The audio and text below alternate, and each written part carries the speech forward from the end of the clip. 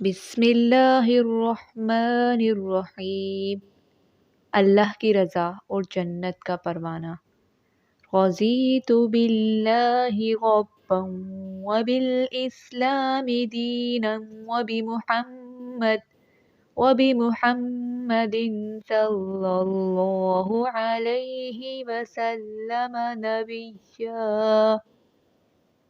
ترجمہ: میں اللہ کے پروردگار ہونے پر، اسلام کے دین ہونے پر اور حضرت محمد صلی اللہ علیہ وآلہ وسلم کے نبی ہونے پر راضی ہوں۔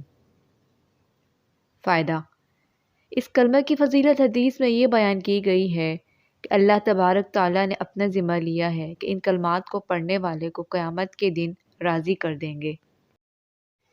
ایک روایت میں ہے کہ جس نے یہ کلمات کہے وہ جنت میں داخل ہوگا۔